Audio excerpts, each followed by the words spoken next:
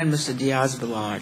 Thank you, Madam Chairwoman. Let me first take this opportunity to thank you again. You have been exceedingly open, accessible, and willing to look at any issue that is important to all of the members of your subcommittee, and I cannot thank you enough. And this is another hearing which I think is very, very important.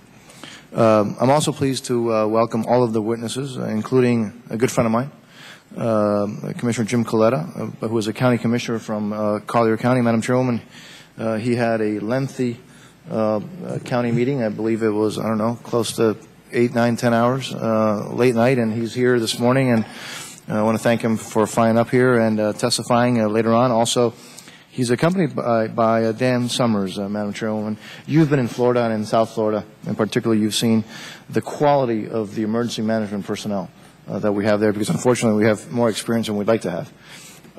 Dan is one of those quality individuals that is doing a spectacular job in keeping the people of Southwest Florida safe. You know, I worked with the chairwoman on this hearing because, as everybody knows, I represent one of the most prone for hurricanes part of the country. And the ability to warn public is frankly an issue of literally life and death. This is not theory. This is life and death. And I, like the chairwoman who just spoke to us right now, we are both totally determined and committed to modernize this system. And again, I thank her leadership for this. In the age of iPhones and GPS, you know, one would think that, and I think most people believe that the government, the President of the United States could, if there was an emergency, could target a specific area and make sure that the information is out there. Well, the reality is that if you would think that would be the case, you'd be dead wrong, because that capability does not exist in our country. The fact is that if a big disaster hit today, the President could only send out a message basically to the entire country, and it's doubtful if that message would actually get to those who really need to hear it, to those who are in the way of whatever disaster it may be here. There's a likely chance that that message would never be received to those that really need to hear it. And if you are hearing or visually impaired or handicapped or have limited English proficiency, and then you pretty much are out of luck. And we'll hear from the witnesses today, I'm sure, a little bit more about that. But why, though? I mean, why, one would ask, is that possible? Because the federal government, frankly, relies, as the chairwoman said, on these phone lines and on the TV and radio signals that we've seen from time to time. As the chairwoman said, from the 60s, we've been seeing that same message. Antiquated computers and phone lines, and FEMA has, frankly, made very little progress in upgrading the system to the technology that's available, 21st century technology. We're really dealing with 60s technology still.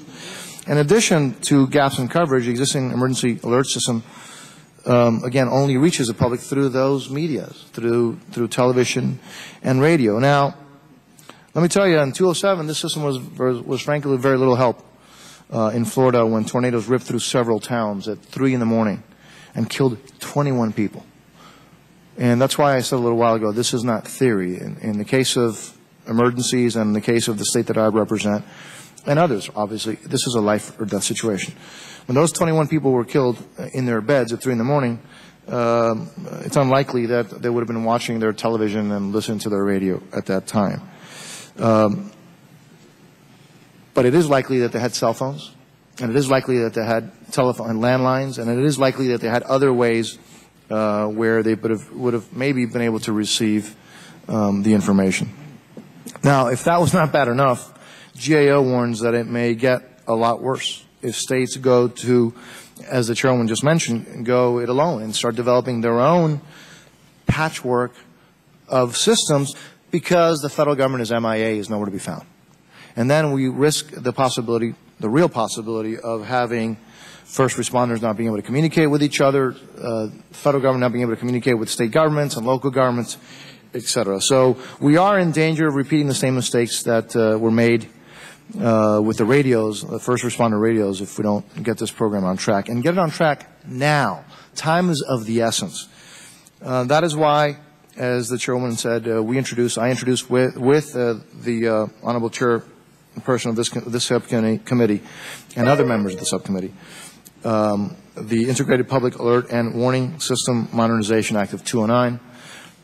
This bill would establish a framework for the development of iPods. We wish we didn't have to do this. As was stated a little while ago, the President in 2006, right, Madam Chairwoman, actually did an executive order, and unfortunately nothing happened. So we wish we didn't need legislation, but we clearly it has been shown to us that we do need legislation.